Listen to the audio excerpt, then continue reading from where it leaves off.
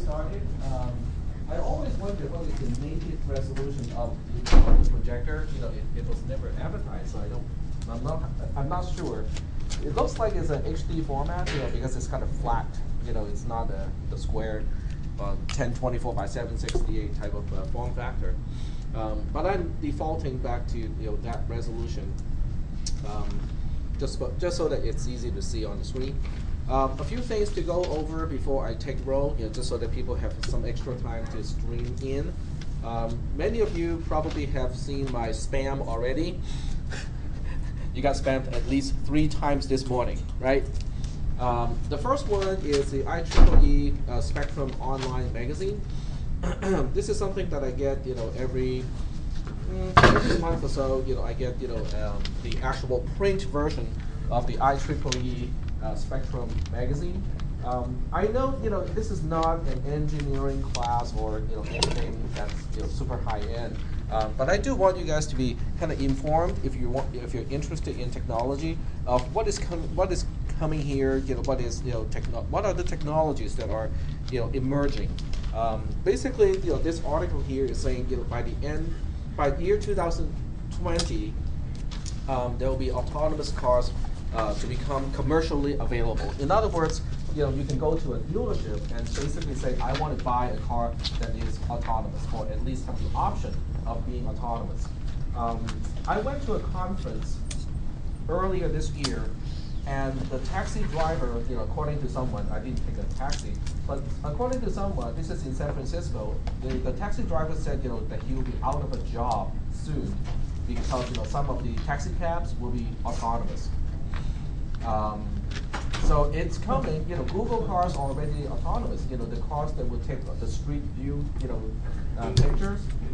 No one is driving it. There's a person inside, but that person is not driving. And when I first heard of it, I thought, I think that's just urban legend, right? Until I drove at night, along Highway 101, in the Bay Area. And a Prius was right next to me, and I looked at the top, the roof line, and there was this huge thing, which basically told me that it's a Google car because it needs the panoramic camera to take all the street view pictures. And then I looked into the car. There was a person in the front seat, but that person was working on the computer, on the laptop computer, the entire time.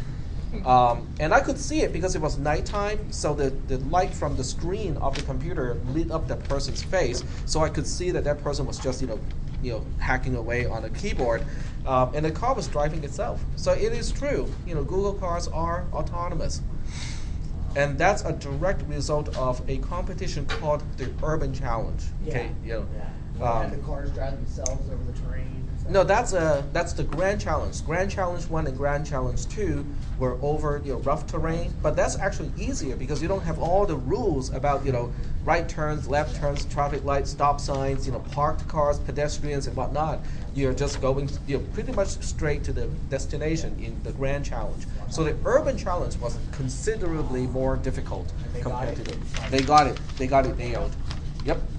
And Google got that technology probably from Stanford because Google and Stanford have a very close relationship. So it's here. I mean, this is not fantasy. For those of you who are old enough to watch the original Knight Rider, remember KITT? Okay, Knight Industry Technology, or 2000. Was it 2000? Around there. Yeah. No, the show was way before 2000, but I think the model is 2000. And so he would have this supersized watch, right? And he would go to his watch and say, "Kid, pick me up around the corner."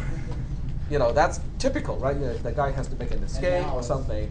And now it's like that's old tech. Now you tap on your exactly. Now you tap on your Bluetooth headset, okay, ding, ding, and then you don't even have to wave around anything and just say, "Pick me up," right? Because your cell phone knows where you are. You just say, "Pick me up," and then the car can navigate to the closest point where you can get in the car, and it's nothing fancy anymore. Okay, I guess the sweeping lights, would still be cool to have on the car. That's the only thing about, the kit that is still considered like, wow, that is kind of cool. But the rest of it is actually reality. The rest of it is reality. I mean, I would not be surprised, some Google software engineer already has a kit version for their Google cars. They probably would. Yeah, knowing those guys, got too much time on their hands, just paint a Prius, flat black, and add the sweeping lights and go like, yeah, this is my kit. All right, so this is the first thing you might want to read it if you're interested in, technology and, basically where we are going. I mean, this is basically where we are going. To a certain point, it is, to a certain degree, it is important for you guys to keep up with technology, or at least know where we are going, because you don't want to be left in the dust, by the time you graduate and say, oh, you mean, everything that I know, that I understand is no longer, relevant. This one is a full magazine. It is the IEEE Robotics and Automation magazine. It has a lot of kind of high-end research stuff. You don't have to read the whole thing. I would just say, read the introduction of most of the articles, and you would at least get an idea of what is at the forefront of robotics research. It's interesting. I personally, I'm very interested in robotics. And a lot of robotics, it's not just the mechanical devices, it's not just the material. Software plays a very, very important part in robotics. If you think about it, how do you get your 3D perception when you look at things? You only got two eyes, right? Do you have a LiDAR? Do you have a radar? No, you don't have all those fancy stuff that that autonomous cars have these days. So it's all the software, your brain, your mind, that is interpreting the images and basically give you, what we call depth perception. That's all software. The one robot they were trying to build to explore Europa, I believe. It's the icing exhibitor, and they have to do it automated because there's too much of a delay. Okay. It's supposed to melt its way through and then start exploring the sea. It'll just be captured by the aliens below the ice, right? Do you know how close they are to that? Because I know they were working on it. I would not be surprised that it's almost done already. Yep. So that's the other piece. That's the second spam, and then the third spam came from this class itself. It's titled Gender Gap. I think I'm starting to see the gap narrowing, but it's still pretty wide when it comes to computer science, programming, software engineering, and that sort of thing. So if you're interested, you can go ahead and read this little article here. It actually refers to the City College of San Francisco as a quote unquote an example of how they improved the situation by decreasing the gender gap. Okay, so it's kind of interesting stuff. Now we're back to this class, and this time because I know myself well enough. Clicked on it and it's talking at me. That reminds me of one episode of The Simpsons. I think it's making fun of Barbies. How Barbie tried to tell girls how they should see certain things, and so it was a commercial, and then a girl pulled a string on a Barbie doll. They didn't say it's Barbie, of course, and then it says it said math is hard. That's all it said. You pull the string, go, math is hard. And I think a lot of times, it's because of that, being bombarded with messages like this sometimes will actually make people believe that is actually true, but a lot of stuff is not true. And internalize it. Yep. It's like commercials, right? I mean, why do you want to buy that whatever? Okay. Without commercials, I really doubt that we will buy as much stuff as we do now. Today is the Mid-Autumn Festival Day, so happy Mid-Autumn Festival Day. This is actually a hyperlink. If you want to look it up, you can just look it up. I'm going to take row right now. So this is the row sheet for today. Today is very important because I'm gonna use the row sheet to tell me who I will give the ad slip and petition forms to. Okay, according to the row sheet, there are 6 people who are eligible to be added to this class, and the deans told me just add all of them. Okay, if they're in your class, and they're waiting to get into the class, add them. Okay, so if you're waiting to get into the class, just approach me. Well, don't approach me. Yeah, you can approach me at the end of the class because these are all pre-signed. So I don't have to do anything. You have to fill in your part and give it to the dean so that he can do the rest. Okay, so I can do this at the end of the class, and I'll use the row sheet of today to confirm who's here and who's not. So that is that. So that's the third item here. Now we move on to the solution of the homework assignment that was due at 10:30. Okay, I like that note to self, because without that I would probably miss 50% of the items.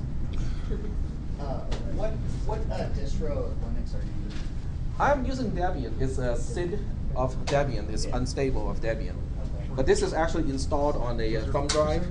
Yeah. So I'm just using a thumb drive to start the system. Oh, okay. Did you miss?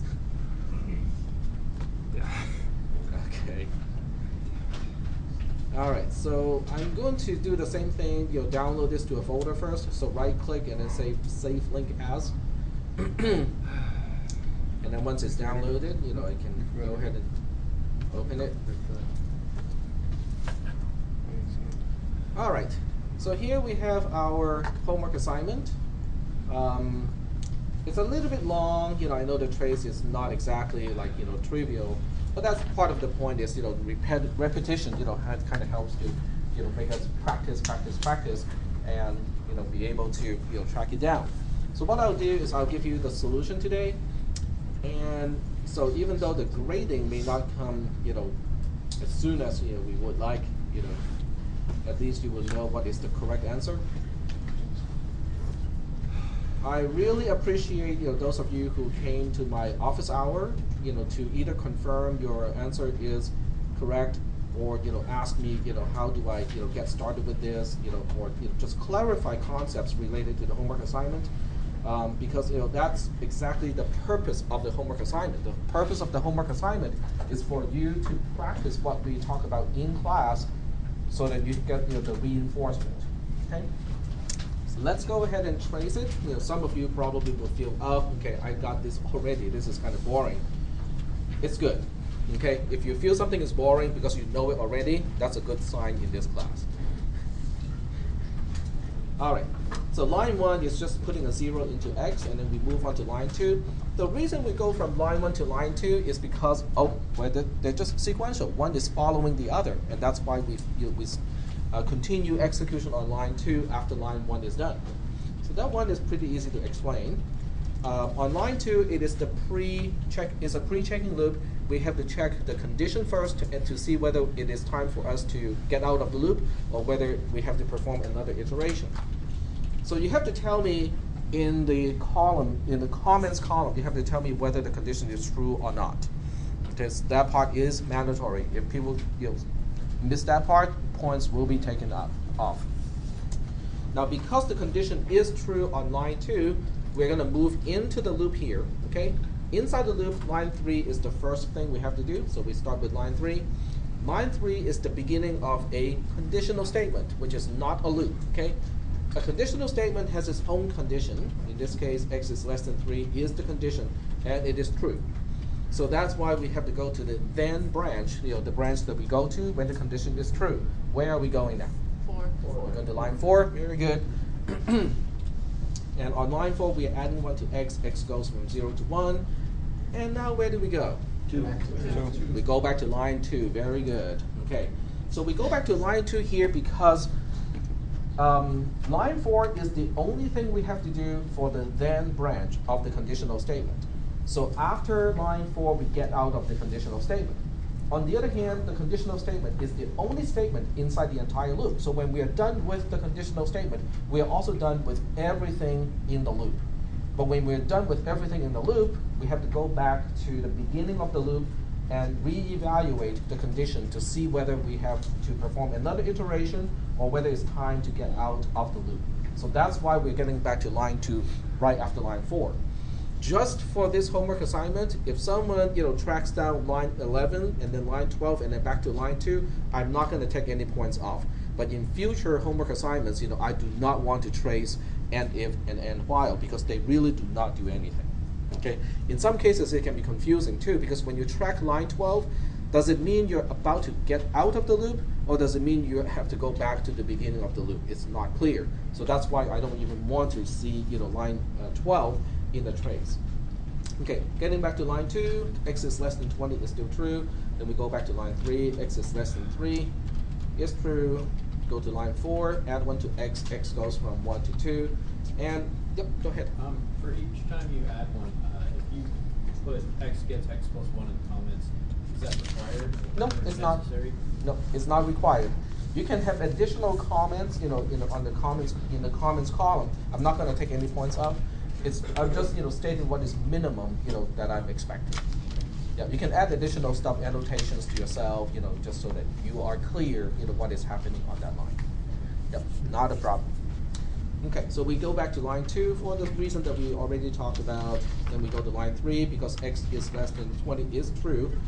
X is less than 3 is true, but only, well, not true anymore, right? It is still true. It's still true one more time. And then we go to line 4, we add 1 to x, x goes from 3 to 2 to 3, and then we go back to line 2, x is less than 20 is still true. We go to line 3, x is less than 3, this time is false. Where do we go? Line 4. Line 6. Line 6. We go to line 6, that's right. Now, if someone is tracing line 5, I'm not going to take any points off this time, because, well, it's kind of natural that some people might want to say, oh, we're not doing the then, we must be doing the else, so, I write down line 5. But in the future, we don't trace line 5 anymore, because else doesn't do a single thing when you're running the program, okay? It has a purpose when you are reading the program, because it separates the then branch from the else branch. Okay, so it has a function when you're reading the code, but it doesn't serve any function or it doesn't have any behavior at runtime, and that's why when we are tracing it, we don't trace that particular line. But that's just kind of a little bit of a nitpicking here. So we move on to line 6.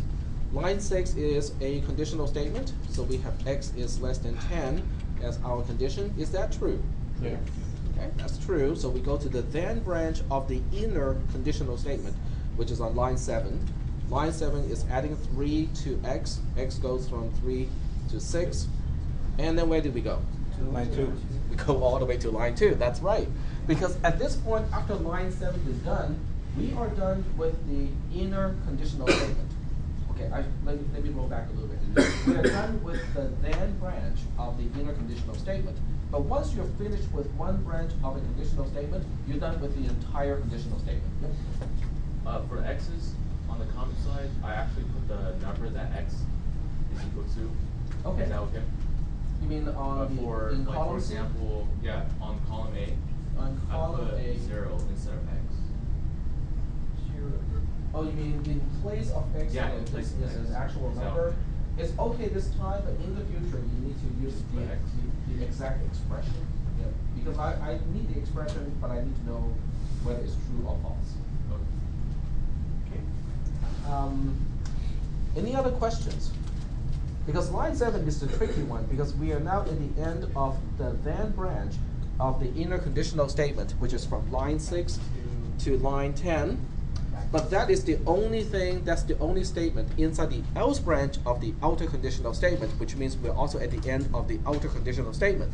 The outer conditional statement from line 3 to line 11 is the only statement inside the loop. So we are done with the only thing we are supposed to do inside the loop, and therefore we have to go back to the beginning of the loop to reevaluate the condition. So now we have to go back to line 2. I think the rest of this is kind of, clear, which way it's going. So I'll just do it really quick, and then I'll show you how to draw a picture, because that's really going to be helpful.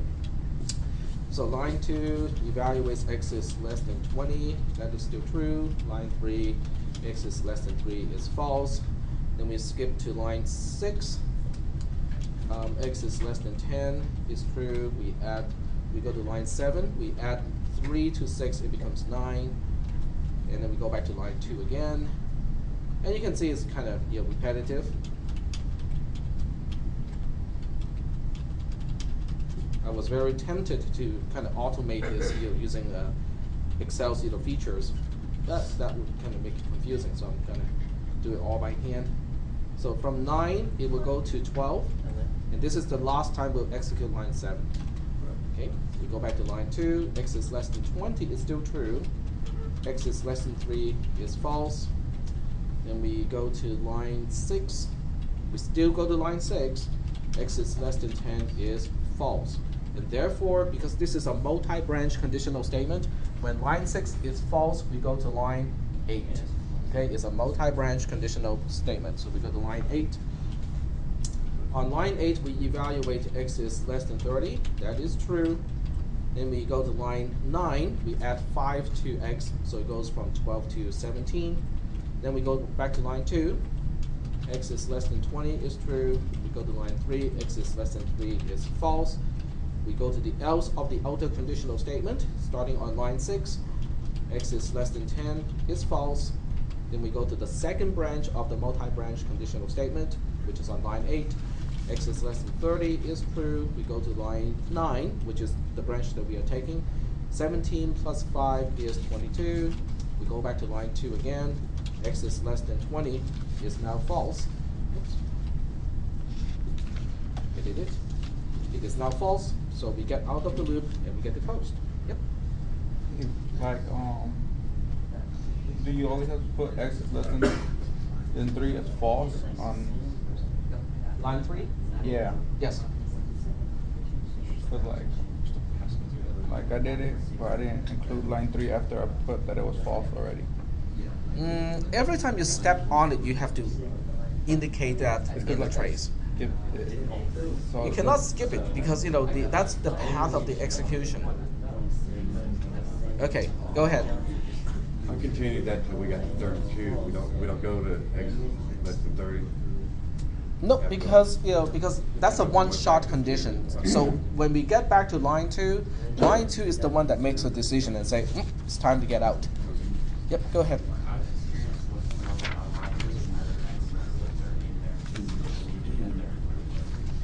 It's just there so that I can test whether people know that they're supposed to indicate the value of the expression. Okay, so any questions? No? Okay. I have a question. Yeah, go ahead. Is the line 25? Row 25 Yes. in the trace. So let me just point out to the whole class what we are looking at. Yep, go ahead.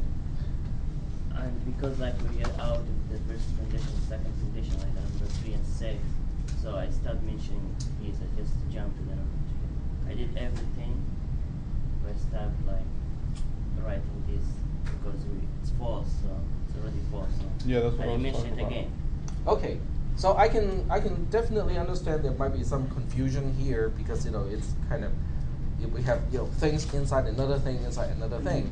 So remember I told you guys to draw a picture, as a part of doing the homework assignment. The first thing you want to do is to have a mental picture of what it looks like. Okay, it doesn't have to be an actual picture, but just having a mental picture will be helpful. Okay, so that's what we'll do next is to draw a picture so that because once we have a picture, it is very clear. Okay, this is how we go about it. Okay, going to these paths. Okay, and I got just the right tool to do it today. This is my Elmo. No, it's not an Elmo. It's an inexpensive version of an Elmo. Do you guys know what is an Elmo from high school and middle school? Okay. Yeah. Not from the Sesame Street. Yeah, I think I have heard enough, Elmo songs.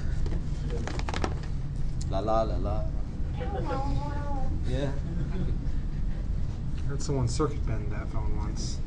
Made some music out of it. Very strange. All right, so I need to display both the pseudocode and also the paper at the same time, so I'll try my best to make the orientation match. There's a little ghostly effect, because the refresh rate of this camera is really, really slow. So that's why, you see kind of ghostly effects, when I'm writing on it. Okay, so let's go ahead and get started here. Now at the top level, we have two statements. Okay, we have one little statement and one, I'm gonna give it, basically the rest of the piece of paper here.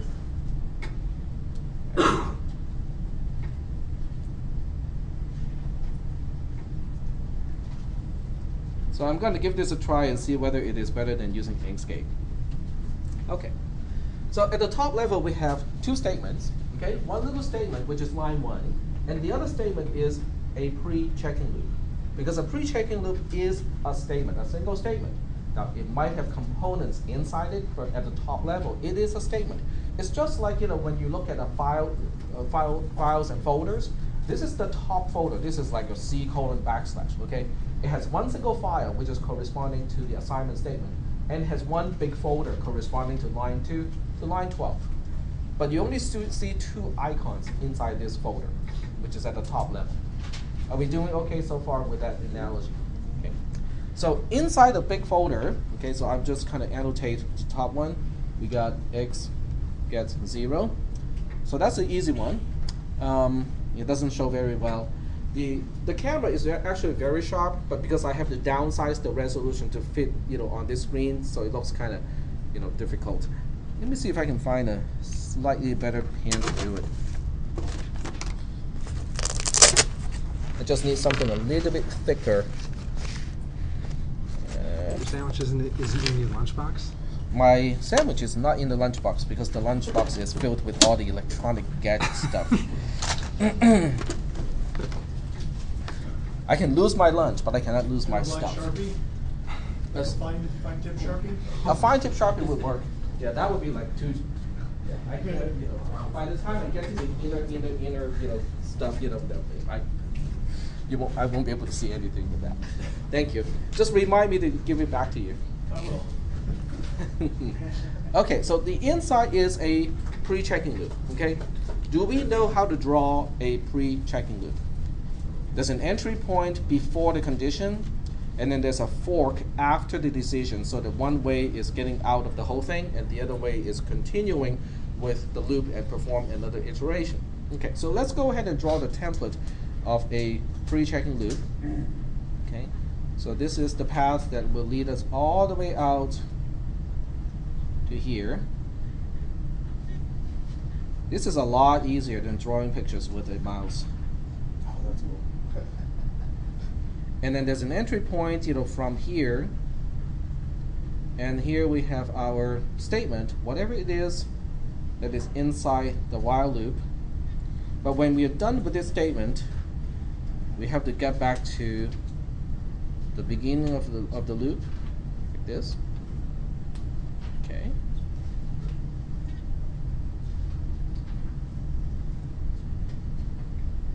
Okay, well, I think that's good enough, right? I mean, much better than using Inkscape. All right, so do you guys recognize this shape? The basic logic of a pre-checking loop. Yep. Are we going to be asked to draw these graphical representations? Oh, no. No. It's a good exercise if you do that before the or during the homework assignment, because that will help you understand the nesting. But no, I'm not going to require any drawing, as for homework assignments or the quiz or the test. Okay. So in this case, let me label the conditions here. The question we're asking is x is less than 20. So I put a question mark up here, basically just to emphasize that I'm not stating that x is less than 20. I'm asking the question, is x less than 20? Okay. And you can only get two answers, right? You have either true or false. If it is true, it goes this way. If it is false, it goes the other way. Okay. This is a re-entry point, so I have to indicate the direction so that we don't accidentally think, oh, we can go the other way. Are we doing okay so far with this picture? This is the structure of a pre-checking loop. Is that okay? All right. So according to the code here, now the inside block here, this entire area. Okay, I can't use a mouse because it doesn't show the pointer. When I'm putting my mouse over here. So I'm going to use my pen here. So this entire area is the inside of the while loop, corresponding to line 3 to line 11 in the pseudocode. Okay? If you look at line 3 to line 11, forget about the whole thing being inside the loop. Just look at line 3 to line 11. What is it? That's a big if statement. It's a conditional statement. Very good. It's a single statement. Okay, it's a single conditional statement, which is kind of like a folder. Okay, because it can contain other things. Do we know how to draw the picture of a conditional statement? What does it look like? There's no loop. It forks. Okay, it goes in two different paths, and then the two paths will merge and exit right away. There's no path going back to the beginning. It's not a loop.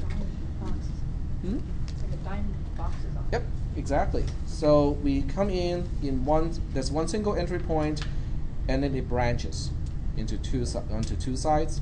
So in this case, it's also kind of lopsided in this case because you can see on one side we only have one statement, which is line 4. On the other side, we have another conditional statement, which is line 6 to line 10. So I'll draw the picture accordingly, just kind of make it lopsided a little bit, so I have more space on one side to draw another conditional statement. Okay, so this is the bigger side, and I think that should be enough room. That should be enough room. And here's my smaller side, which has very little to do. There's only one single statement here. Okay. The most important part is the two branches merge at the end, and neither branch will go back to the beginning of the conditional statement. That is how a conditional statement is different from a loop. A loop has a way to go back to the beginning. Whether it's a pre-checking loop or post-checking loop, there's always a way to go back to the beginning. But when you're talking about a conditional statement, it's a one-shot deal, one pass. Okay, you go from the beginning, you go to either branch. When you're done with either branch, you get out of the whole thing. You don't get back to the beginning, not by itself. Okay, there might be a loop on the outside that can give you that ability, but not by the conditional statement itself. So with a conditional statement, we have x is less than 3 as a question. If it is true, we go to this side. If it is false, we go to the other side. If it is true, we go to what is line 4 in the pseudocode, which is x gets x plus 1. So we have x gets x plus 1 over here. And if it is false, we go to the side corresponding to line 6 to line 10 in the pseudocode. What is line 6 to line 10 in the pseudocode? It's a multi-branch conditional statement. It is a conditional statement, it just has multiple branches. Okay? So we know how to draw that too, because we had pictures of that as well in prior notes. So every conditional statement starts with a single branch with 2 possible branches. Okay, so this one doesn't start with 3; it only starts with 2. Okay, so if the condition is true here, and this is going to ask the question x is less than 10. Oops. Okay. If it is true, then we go to line 7, which is x gets x plus 3. If it is false, we go to the other side. Now the other side doesn't know what to do yet, okay, because there's another branch. The other branch is corresponding to line 8. Line 8 has its own question to ask, whether x is less than 30. So x is less than 30 is the question to ask, and then depending on the answer, we also have 2 paths to proceed. If it is true that x is less than 30, then we are going to perform the action associated with it, which is our line 9. Line 9 says x gets x plus 5, so that is over here. If that is not the case, I don't have anything else to do, because there's no else specified in the multi-branch conditional statement. So this side has nothing to do. So now we have the 3 branches out of the multi-branch conditional statement, and they all merge into the exit right away. So these branches, they all merge to the exit of the entire multi-branch conditional statement, like that. And that's the picture of the entire algorithm. Are we doing okay? Yep, go ahead. So if there's no else over there, wouldn't that kind of imply that that innermost one's kind of redundant? It wasn't necessary. It is not necessary. If I did not have, okay, on line 8, if it is just else, it would have behaved exactly the same way. But the trace would look different. Because in this case, the trace has to indicate on line 8 it is true. Okay? So when I grade this, I'm going to grade it based on whether it is complete, okay, whether the loop finishes or not. But the most important part is I'm looking for signs that whoever turned in the homework assignment understood the concept. If someone makes a stupid mistake, like instead of adding 3, adding 2, but they indicate it got to line 7, but the number is 1 off because of that, I'll take maybe 1 point out, okay, out of the entire thing, because it's a minor thing, okay. It doesn't affect you as an actual programmer, okay, not really that much. On the other hand, if someone loops around from line 6 to line 10, there are multiple iterations before getting back out to line 2. That will be a much heftier deduction, because that's a concept issue. Okay, that means whoever turns it in could not differentiate a loop from a conditional statement, or could not understand how to nest statements from one inside another. So that's why the grading is going to be a little bit difficult, because I'm looking for, okay, if everybody turns in perfect homework assignment, my job is easy, right? It looks exactly the same as my trace, perfect. Yeah, move on to the next one. Or if people just don't turn in anything, that's easy too. No work submitted, 0. Okay. The hardest one would be the ones that that are kind of right but kind of wrong too. Then I have to decide, okay, so how many points should I deduct? The deduction is based on the score reflects competency in the subject matter. That's the bottom line. Yep, go ahead. So like for saying, for like somebody that missed, like, once we got out of, let's say the number 3, and we said it was false. So if we didn't put 3 on there every single time we went on, does that count as deducting points? It depends on, well, you certainly will get some points deducted because of that, because that is important, because just because it just because it's false once doesn't mean in all subsequent iterations it has to be false. You see what I mean? Yeah. Because in this case, yes, okay, if I'm checking whether x is less than 3, and because x is only increasing, once it becomes false, it will always remain false. On the other hand, if I'm checking whether x is even or odd, then all bets are off, because it can alternate between odd and even. And you cannot just say, oh, it's false for one iteration, it has to be false for subsequent iterations. Yeah. So that's why you will see a point deduction, because it is important to check it every single time, because that's what the computer is going to do, is to check it every single time. Okay. The grading criteria of this class is, can you follow the code exactly the same way as the computer would have if this program was compiled and executed by a computer?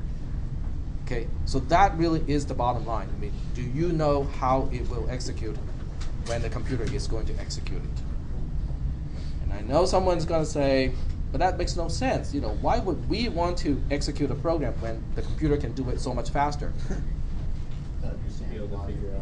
But the logic is important, because if we don't know what the computer is going to do with a program and just say, oh, just go ahead and do it, that does not inspire confidence. You see what I'm saying? Okay. Yep. That's another question. When we have, like, when we first start the program stuff, it's not always going to be a question mark under the X, right? When we have a number, like on question 3. Mark. No, it's not always the case. In fact, I'll show you a next homework assignment, and that starts with something that is not a question mark. Oh, okay. Okay. All right. So, given all the questions that I got, the kind of discussion during my office hour, I think we need a second homework assignment, with nested statements.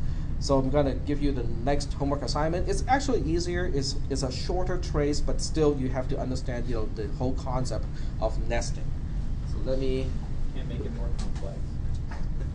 At this point, it's difficult to make it more complex because it's really hard to come up with algorithms that actually does something sensible.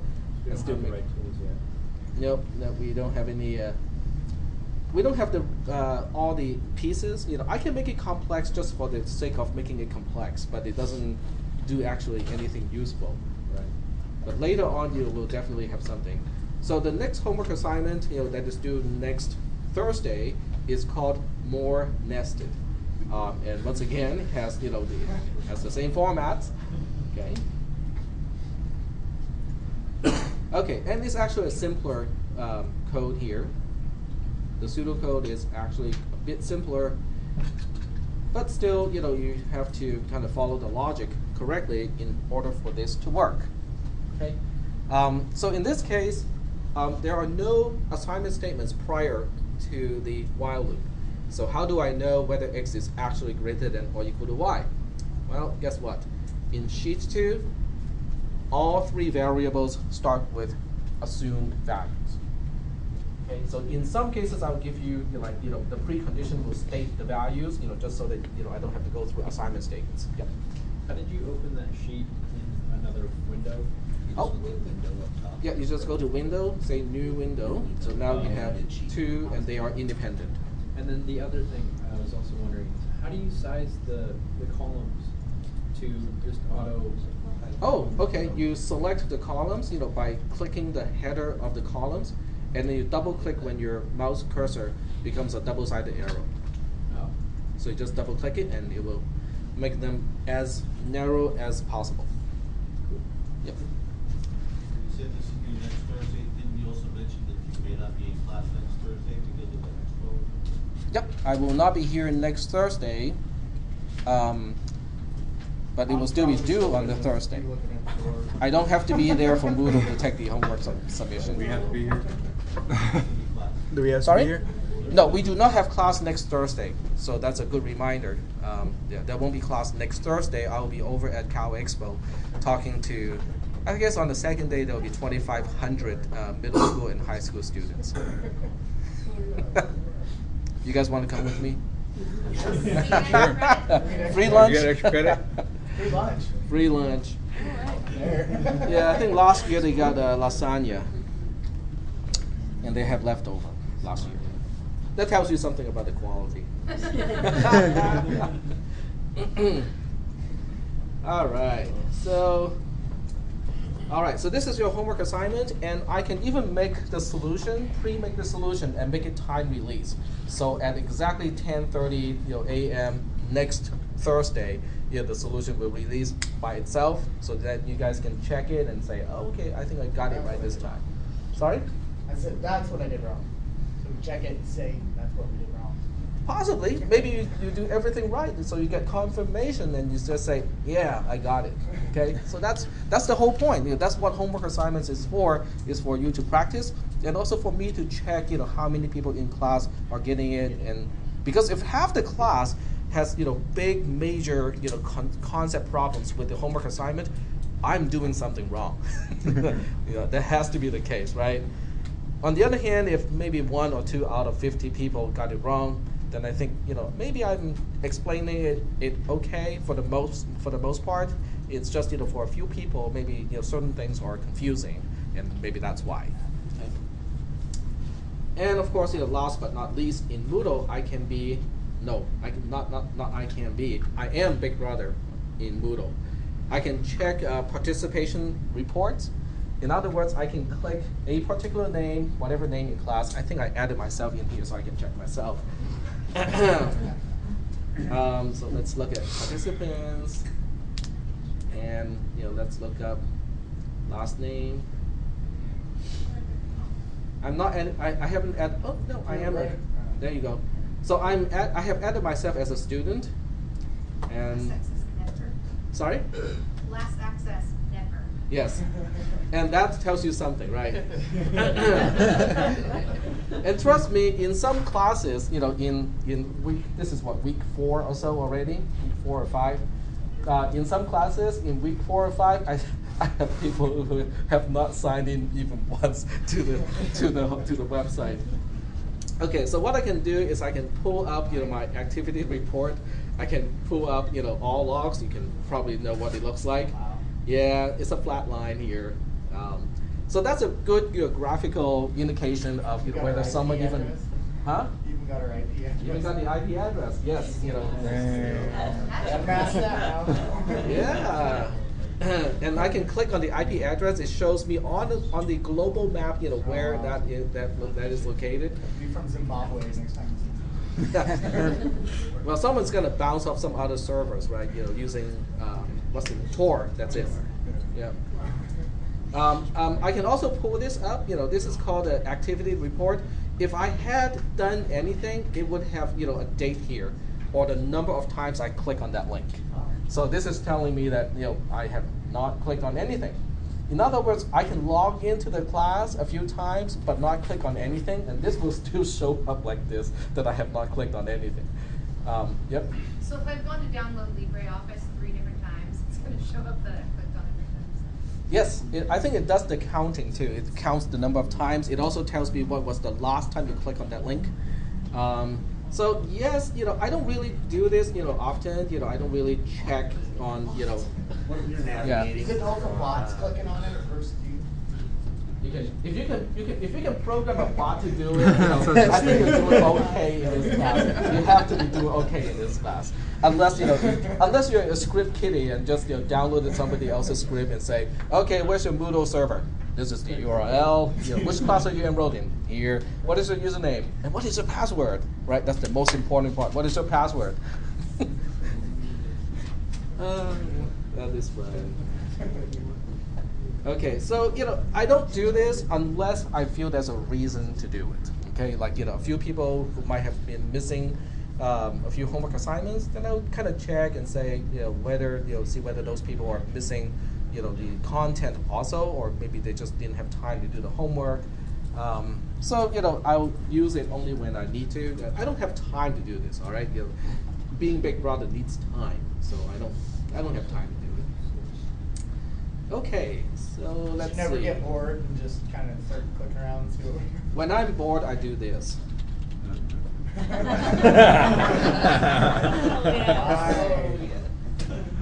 I can only get 700,000 points.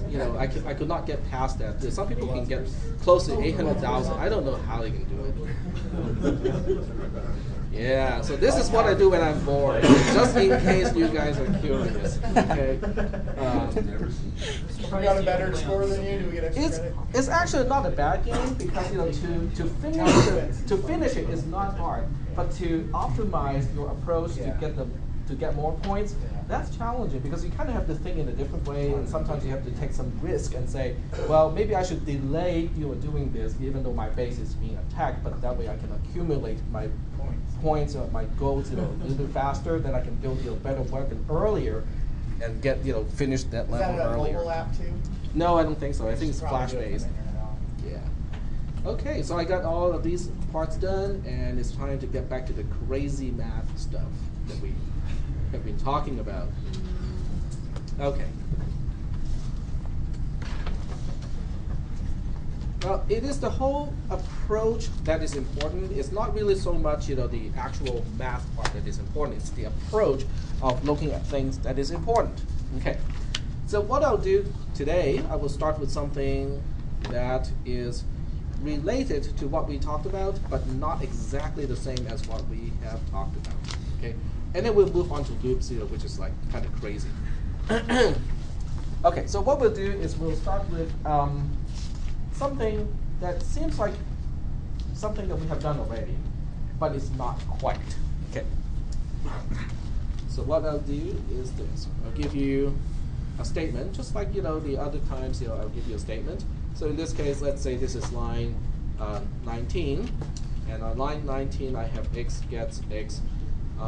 X plus 5, okay? It's actually a line from our homework assignment. But this time, instead of telling what is the precondition of line 19 and want to derive what is post 19, I'm going to give you the reverse, okay? I'll tell you what is the post condition, and we'll try to go ahead and figure out what is the precondition, okay? So I'll tell you the post condition is x is now greater than z, and y is less than k. Okay. All right. So that's the post condition. Now, what this means is I can confirm that right after line 19, it's always the case that x is greater than z and y is always less than k. Okay? So post condition still has its meaning of being a post condition. But in this case, the post condition is known, but the precondition is not. Okay? The question now is there a way for me to reverse to the precondition of line 19 from the post condition itself? So I'm trying to walk through my program, but backwards now. Okay? Sorry?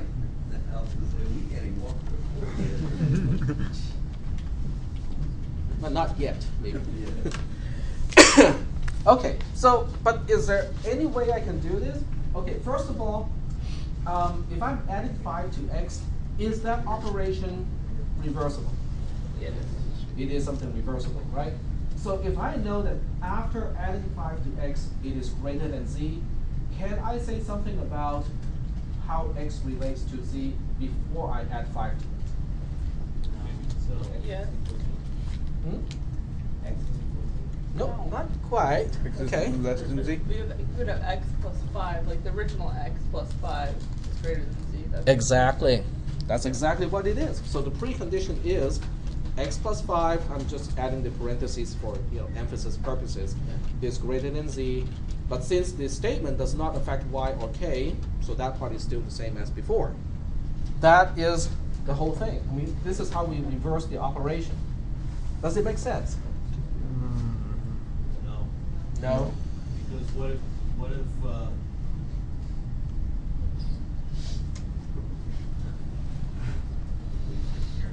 Okay, so you have the result known, you have the operation known, you know the effect of the operation. So the question is, knowing the result, knowing the operation, can you tell me what is the condition before the operation? That's what we are trying to do here. Okay, maybe, okay, let's go ahead and use a more concrete example. So we'll leave this one up here, but I'll move on to a more concrete and simpler example. So let's go to line 23. Okay, so line 23 says x gets x times 2. Okay, and the post condition, which is observed, okay, in this case, is okay. We just know one thing. Okay, x has a concrete value. In this case, let's say x has 30 after line 23. Can we reverse the operation and say something about x before line 23? 15. How do you know that? Because times 2. Exactly. You can divide the x by 30.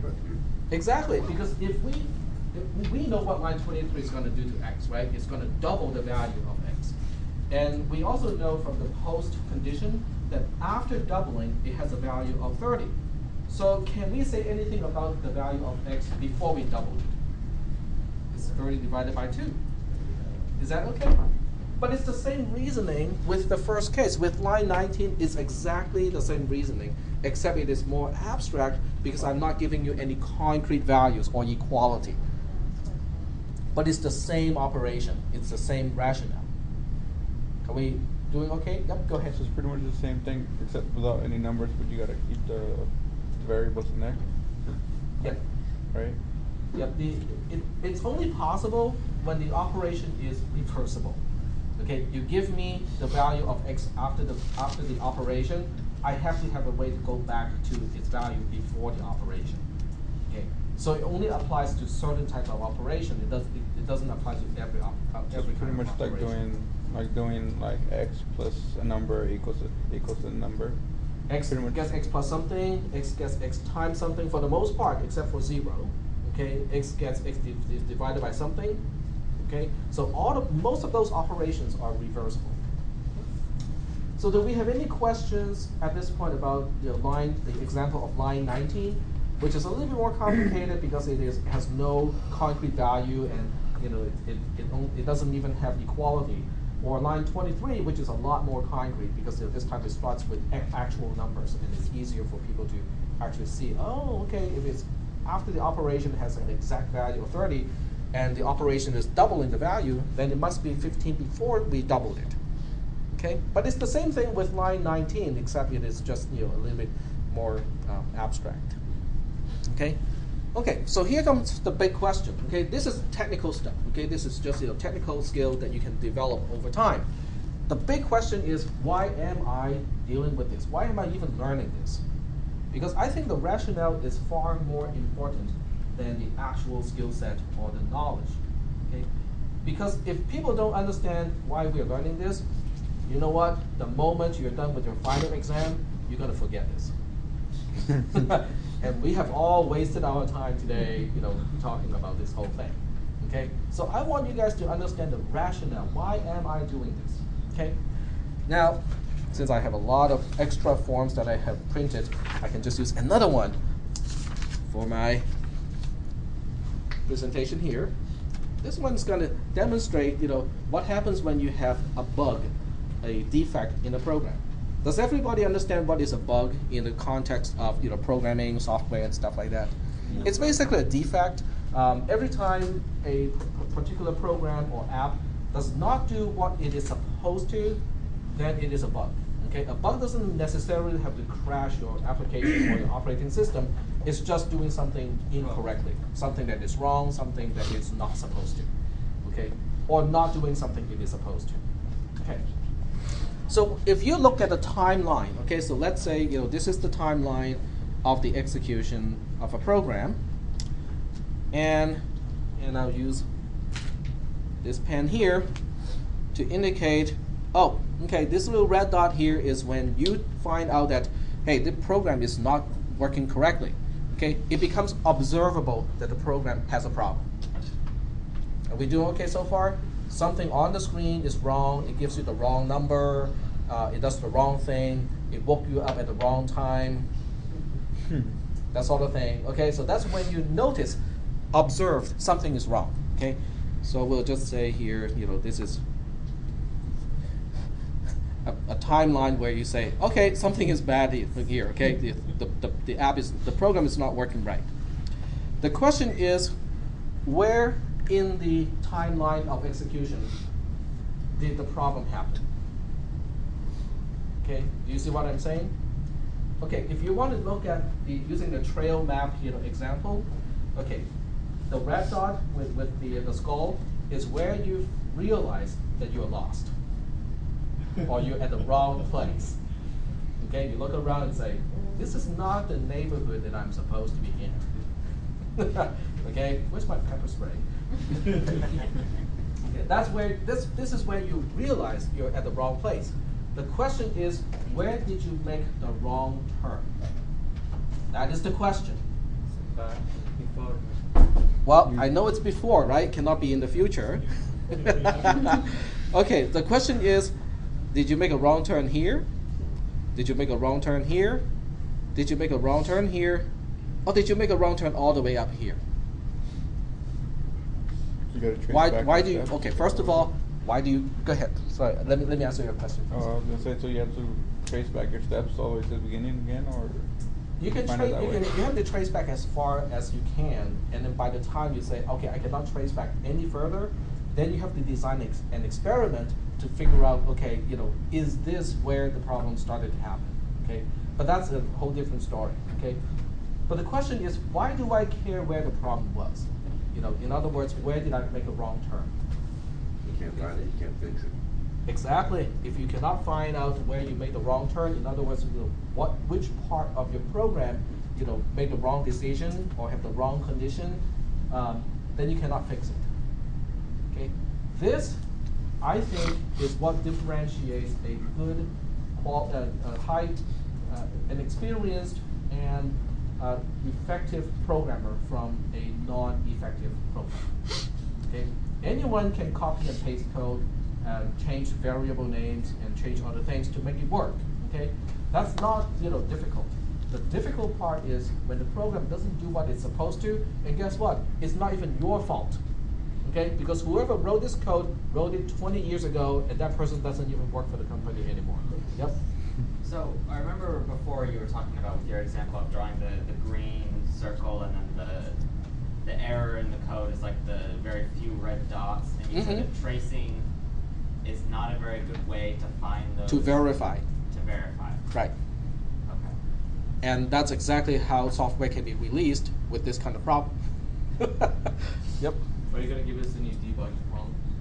No, in this class I won't give you any actual debugging problems, but hopefully I will give you the skill set that you will need in order to analyze your program correctly.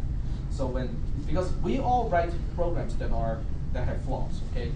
I particularly make tons of mistakes when I write programs. Okay? On the internet, yep, go ahead. How do you find those little red dots in that large green circle? You don't find the red dots. You basically say, where are the green? What is the green area? Does the green area cover everything that it's supposed to? And then you just find them by kind of looking at the backside of the paper with the holes in it and finding drink it out. Not so much that, okay, if you want to take that analogy, it's kind of like, you want to, okay, you first of all, you want a description of the correct output.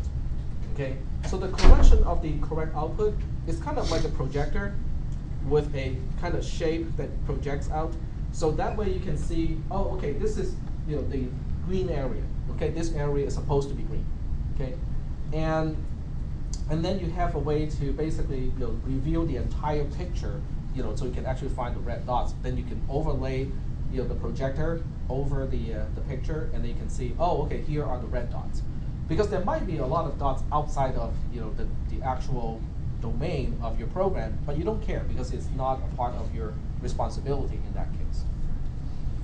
Yep. But we will get to that part. We'll get to the part where we can actually verify and say, hey, this program works exactly the way it's supposed to. Okay, so what we are doing here, if you look at the line 19 example and also the line 23 example, we are actually making just a baby step going from this point just back one step. Because a lot of programs give you some kind of ability to capture the value of variables when it crashes. Okay, it's called a core dump in Linux or Unix, and Windows has similar capabilities too. A lot of programs can take a snapshot. At least it will tell you which line has a problem. Okay. But by the time it reports the problem or becomes visible or observable, it's usually removed from the actual wrong turn itself. Okay? Now, depending on what kind of program you're writing, it is entirely possible that the wrong turn is way up there. For those of you who are actually pursuing computer science as a degree, you'll be writing programs in C++. And when you use dynamic memory allocation, that can result in a very early wrong turn to cause problems that are only observable much later in the program's execution. Okay. In other words, the side effect is almost invisible until much later. Okay. Java kind of fixes some of those issues because it doesn't have the concept of a pointer. But still, any type of complicated program can have that kind of issue. All right. So is everybody understanding the rationale why I want you guys to be able to reverse the operation in a program? I give you the post condition, you go back to the precondition of that one. And guess what? The precondition of line 23 may be the post condition of line 22. So if you know how to reverse this and apply it step by step by step, you may be able to reverse it back to a much earlier point compared to where it crashes. Then you might have a much better idea of why the program is crashing, or at least reason out what can possibly cause the program to crash.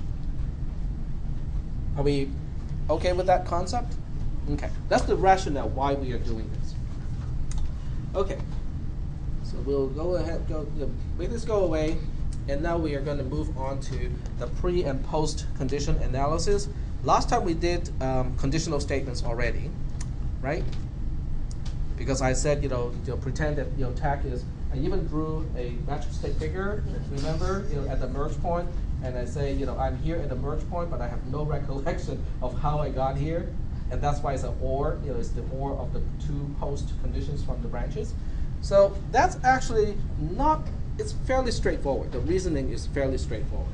But this time we'll deal with loops. Okay, loops are a little bit different. Okay, so let's go ahead and take a look at loops here. So we'll go ahead and take a look at this loop. This is slightly different from the other class. So I'm going to say x gets a value of k. On line 2, we say while x is less than m. Do line 3, x gets x plus 1. Line 4, and while. I don't think we have talked about this in this class. No? Okay. And I'll give you one precondition. The precondition is k is less than or equal to m. That's the precondition. Like that. I want to get to post 4 because with this very simple algorithm, line 4 is the end of the entire algorithm, and I want to find out what is the post condition. Okay, what can I conclude at the end of this entire algorithm? That's what I want to find out. Okay, some of you probably can see this already, like, oh, I know what the answer is. Okay, because you can just kind of mentally go through the loop and say, I can analyze this and I can figure out what the answer is supposed to be, but I can prove the answer. Okay, I don't have to trace this program at all. Now, first of all, this program is not traceable because I'm not even telling you what k is or what m is. So you cannot trace it, right? So without even tracing it, how can I find out the answer, or the conclusion, the post condition of line 4, and say, well, I don't care what k is, I don't care what m is, as long as k is less than or equal to m, this has to be the post condition. Okay, so we'll go ahead and try to see how that can be done. Okay, I'm going to use another petition form for my picture. All right, so let's go ahead. The first thing we want to do is to draw a picture of this particular loop. This is a really easy loop. So the picture is fairly simple to draw. We have a re-entry point here. We have one little statement when we get in. That's our first statement. And then we have our re-entry point getting into the loop. And inside the loop, we have one simple statement to perform. And then the other side, just basically exits the entire thing. So, okay, I need to move the entire thing a little bit up. Like that. There we go. Some more. Okay. And then this connects back to the beginning so that we can loop back to the beginning because this is a pre-checking loop.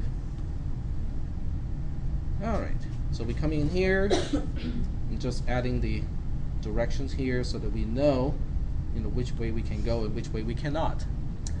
At the top box here, we have our assignment statement on line 1, which is x gets a value of k. Over here, we have to evaluate the condition x is less than m, and this is a question mark. If it is true, we follow this branch. If it is false, we follow that branch. And inside the loop here, we have x gets x plus 1, and that's the whole picture. That's the picture of the entire algorithm that we have on the pseudocode side. Are there any questions about the picture itself? I think by this time we should probably get the picture part. Okay. Now we want to figure out the pre and post conditions of everything, but we start with the ones that we already know.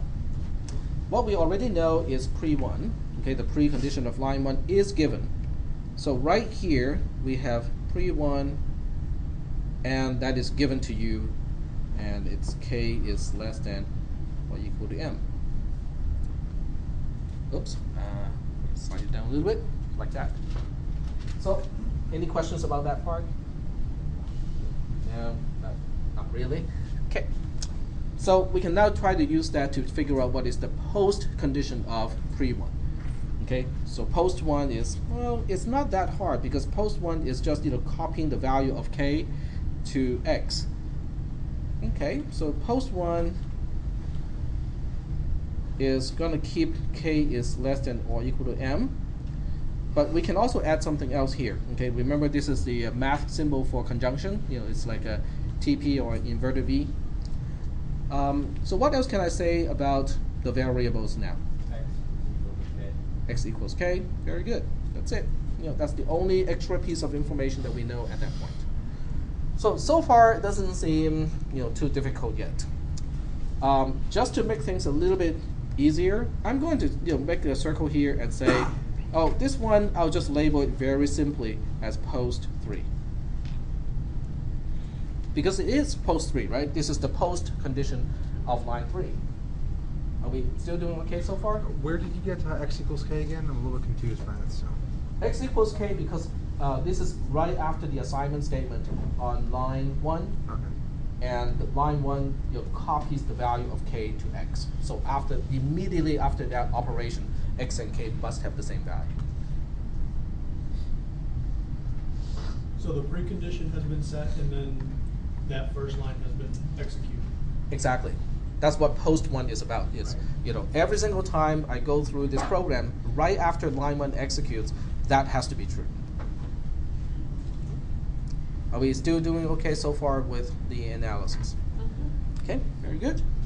What is kind of tricky is this guy here. Okay, so far this guy's easy, this guy's easy. This one is just by definition is post 3, but pre 3 on the other hand is a little bit difficult because there are 2 ways to get to pre 3. Okay, so I'm going to use a pencil in this case, or just a lighter pen here. Because there are 2 ways to get to line 3. The 2 ways to get to line 3 is, one way is, oh, this is the first time I get into this loop here, and we get through this point.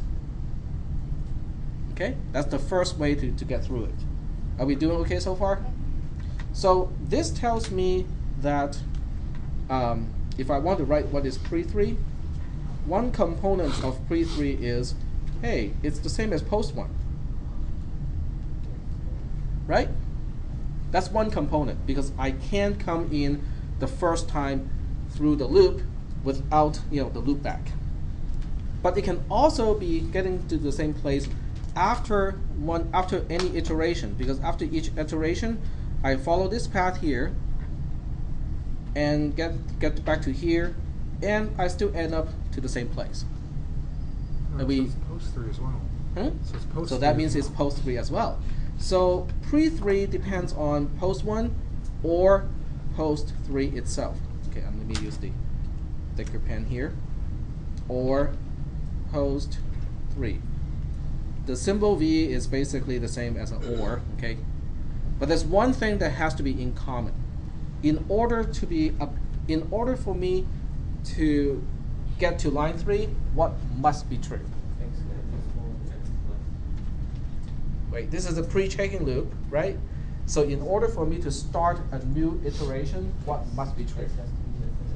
X less than m has to be true. Okay, very good. That part is important too. So we say x is less than m has to be true. So the disjunction is this part here, and then the whole disjunction has to be conjunctioned or ended with x is less than m. Are we doing okay so far with that picture? Okay, if I can type it out, it's actually easier to type it out here. So the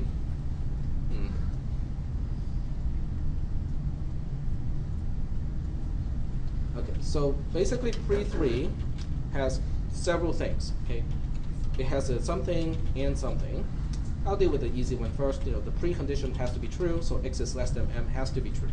But the second component by itself is a disjunction, because the first one is post 1. Post 1 can be true at this point, or post 3 can be true. One of those 2 must be true, because I can either go through this loop the first time, like this, or I get back to the same place after an iteration like that. Okay. Are we doing okay so far with the analysis at this point? Okay. But that's a problem, isn't it? Because the precondition depends on its very own post condition. Well, that's the whole nature of a loop, because it goes back to the beginning. Okay. Let's talk about the post condition of the entire thing. Let me scroll up the picture. and we'll take a look at the post condition of the entire statement. The post condition of the entire statement is over here. Okay? Basically, we're saying, well, when we are about to get out of the entire thing, which is post 4, what has to be true? X is greater or equal to. Okay, so let's go ahead and write this out in the editor here. So x is greater than or equal to m has to be true. And what else can I say here? In other words, how can I get out of here? Now, once again, there are 2 ways to get out, right? The first way, depending on what k is, I can go through this path, not go through one single iteration, and get out through here. Okay? So I'll just say it's post 1. Okay? Because if I go through line 1, which is up here, and get to the decision point here, and at the decision point I decide, oh, you know what, I'm going to exit right away instead of going through any iteration. That's one way to get out. But if I get out that way, I would not have a chance to go through one iteration. So that means post 1 still has to be true because that's the last thing I did. Okay, so post 1 is one possibility. But if I go through at least one iteration, in other words, I go through one iteration, okay, so I go all the way back to the beginning here. At the decision point this time, I decide that x is less than m is false. Then I can follow this path to get out. So in that case, it would be post 3 because it's right after line 3 that I get out. Are we doing okay so far with that statement? Okay. So you can see post 3 is everywhere. Okay. Obviously, post 3 is after line 3 because that's by definition. But it's also in pre 3.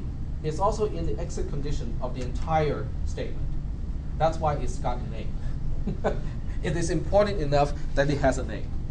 It is called post 3 is known as the loop invariant. It does not change. Okay, this is the one thing that remains true during and after the execution of a loop. Are we doing okay so far with this concept? We have 2 minutes and 50 seconds or so. But I can give you a stab at this whole problem here. Okay, I'm not going to tell you how I get to the solution, but I'm just going to say I have a suspicion. Okay, that post 3 may be this. Okay, so I'll just say tag suspects that post 3 is as follows: x is less than or equal to m. That's my suspicion. Okay. Well, if that is my suspicion, I can probably plug it in and see if it works out correctly. In other words, every place I have post 3, particularly in order to calculate pre-3, I'll just plug in what my suspicion over there and see if everything works out. Because if it doesn't work out, it comes to a contradiction. I know, my suspicion is wrong. On the other hand, if it does work out, hey, it's good because now I can say that is a post condition of line 3. Okay, we're kind of running out of time, but I want to show you exactly what I mean by that. So with that suspicion,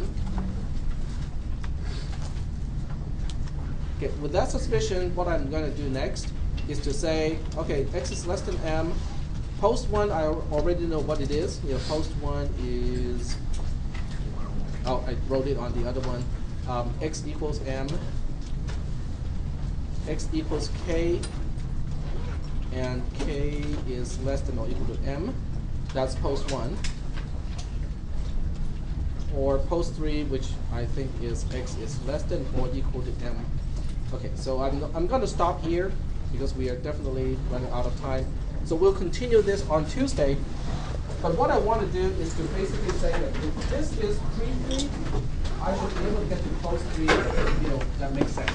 Okay, I should be able to get to post 3, using just common sense. All right. So those of you who want to add to the class, get to come here, and I will give you the form that you need.